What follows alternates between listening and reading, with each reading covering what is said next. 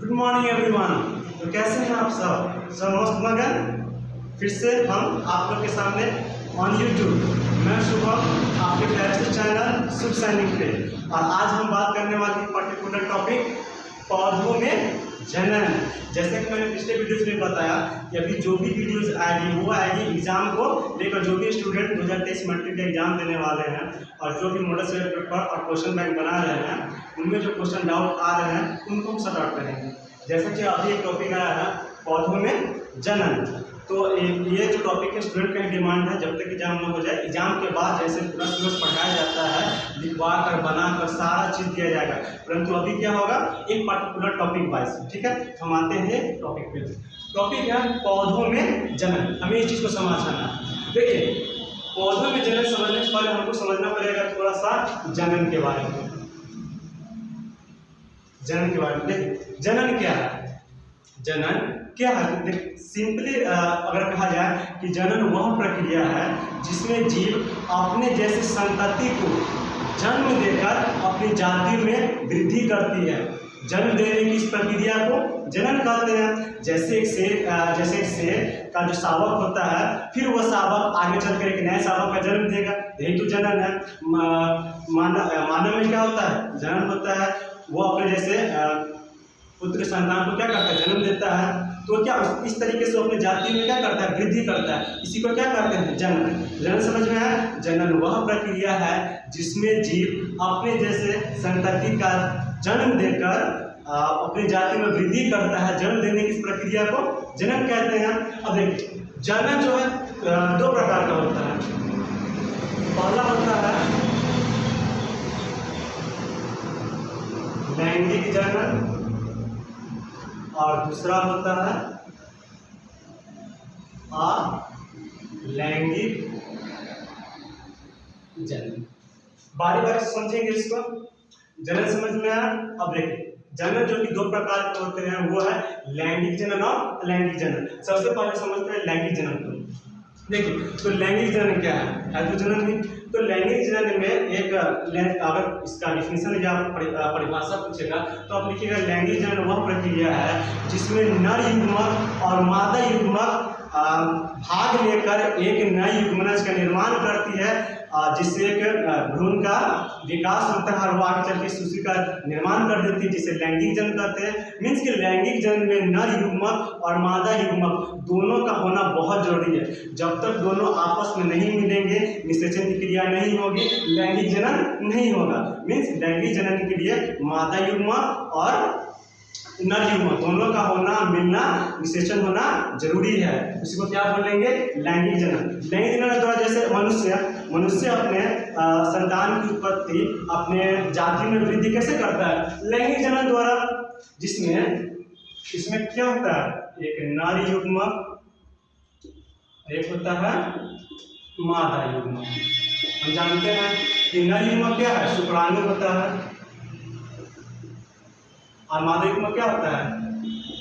अंडाणु होता है। ये रहा शुक्राणु और ये रहा अंडाणु।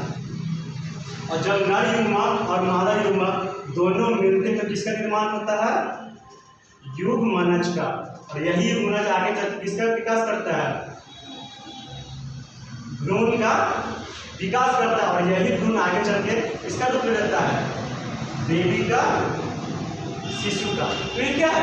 लैंगिक जनन है। क्यों? क्योंकि इसमें नर युग्मक और मादा युग्मक दोनों भाग ले रहे हैं, युग्मनज बन रहा है, उसके आगे चले भ्रूण बना, भ्रूण से बेबी बना। इस तरह से उन्होंने क्या अपने जाति में वृद्धि किया। इसे क्या बोलेंगे? लैंगिक जनन बोलेंगे। लैंगिक जनन जो कि मनुष्य में होता है, जानवरों में होता है।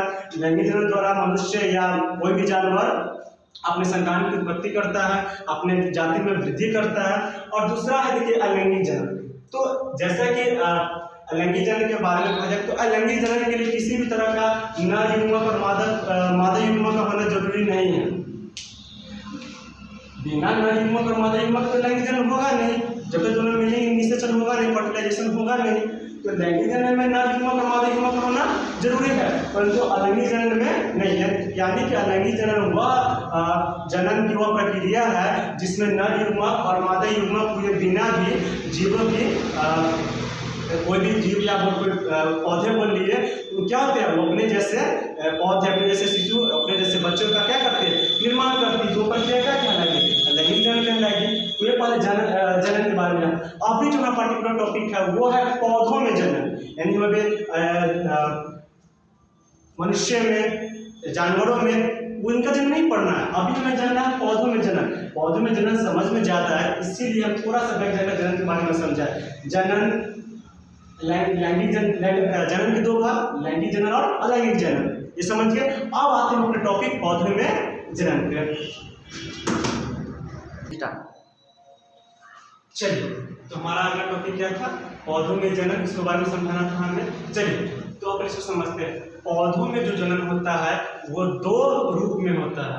पौधों में जनन दो रूप में होता है, एक होता है कायिक भाग द्वारा, एक होता है लैंगिक भाग द्वारा। देखिए, कायिक भाग जो होता है वो अलैंगिक जनन का एक रूप है, अलैंगिक जनन का एक भाग है।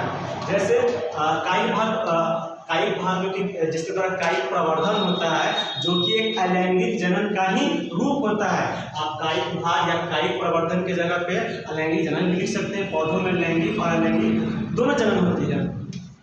तो पौधों में पहले समझते हैं कायिक भाग। देखिए, जब हमने बताया कि कायिक भाग एक अलैंगिक जनन का एक रूप है, तो अलैंगिक जनन हम जानते हैं कि इसी तरह का नर युग्मक और मादा युग्मक का होना जरूरी नहीं है ना।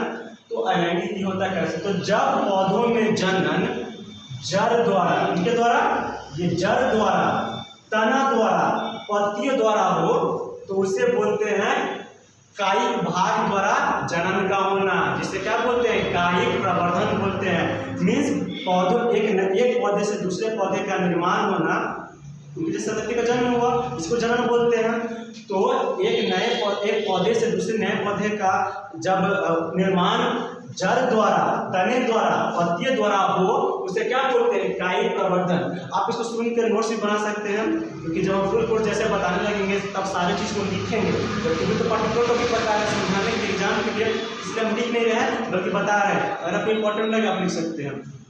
तो कायिक भाग मीन्स कायिक प्रवर्धन, जो कि अलैंगिक जनन का एक रूप है पौधे में, वो क्या है, तो जब पौधों में जनन जड़ द्वारा, तने द्वारा, पत्तियों द्वारा, पत्तियों द्वारा हो, उसे क्या बोलते हैं, कायिक प्रवर्धन बोलते हैं। जैसे देखिए, जड़ द्वारा क्या होता है, जैसे गाजर, मूली, जैसे वास्तव में क्या होता है, जड़ होता है ना, तो वो क्या होगा, कायिक प्रवर्धन द्वारा हो। तना क्या, जैसे आलू के क्या वास्तव में क्या होता है, तना होता है, तना सब्जी माना जाता है उससे, तो क्या होता है, कायिक प्रवर्धन द्वारा हुआ। अब पत्तियों द्वारा कैसे, पत्तियों द्वारा जनन, मतलब पत्तियों से एक नया पौधे का निर्माण होना। जी, एक पत्ता ऐसे मिलेगा आपको,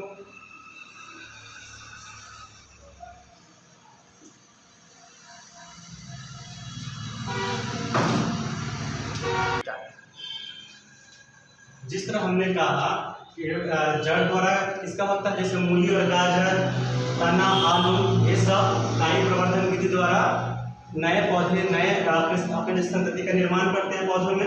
तो एक पत्ता भी बताएं, तो पत्ते में देखिए, ये है ब्रायोफिलम पौधे का पत्ती, जो कि ये बड़ा पत्ती है। जब ये खराब हो जाएगा, जमीन पे आ जाएगा, तो ये जो छोटे छोटे पत्ते देख रहे हैं, ये पत्ते बड़े होकर के नए पौधे का निर्माण करेगा।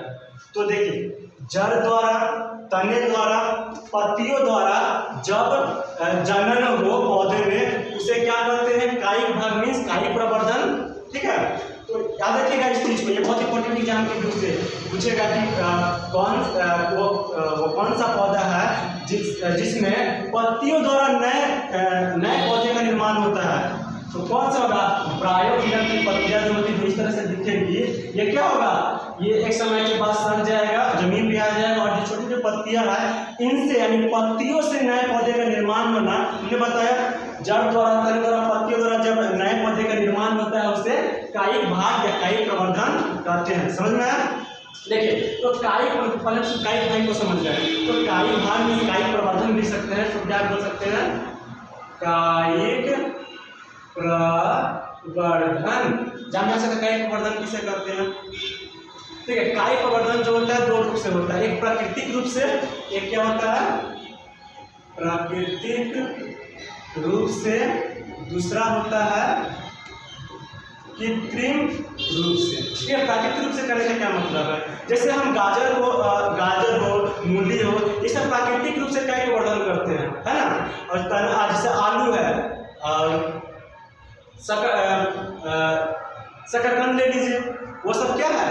जल द्वारा, वास्तव में जल होता है, तो वो वास्तव में प्राकृतिक रूप से काई प्रवर्धन करता है। तना की बात करें तो आलू, पत्तियों का बात करें तो क्या होता है? ब्रायोफिलम। ये सब जो है प्राकृतिक रूप से नए जीवों का, नए पौधे का निर्माण करती है। परंतु कृत्रिम विधि से क्या है? आपने देखा होगा कलम और नींबू के पेड़ में इस तरह से अगर है तो उसमें बीच में एक पॉलिथीन लगाकर तने में बांध दिया जाता है, उसको तोड़कर नए जगह पे रोपा जाता है, जिससे कि नए क्या हो जाता है? पौधे का निर्माण हो जाता है।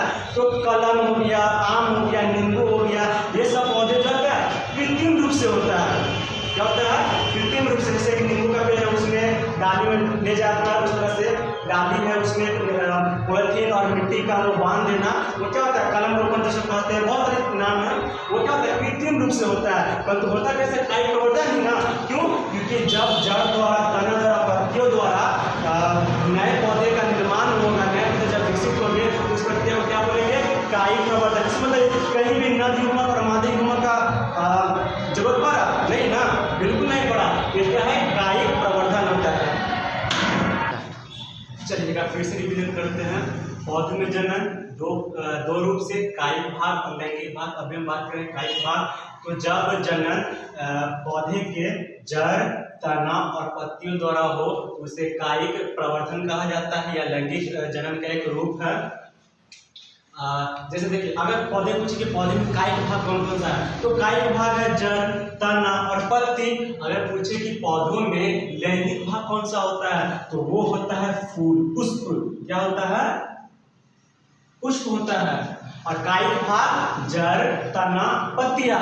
लेकिन पौधों में लैंगिक भाग पूछेगा तो पुष्प। तो कायिक प्रवर्धन समझे कौन कौन से पौधे में होते हैं। अब हमें समझना है लैंगिक भाग।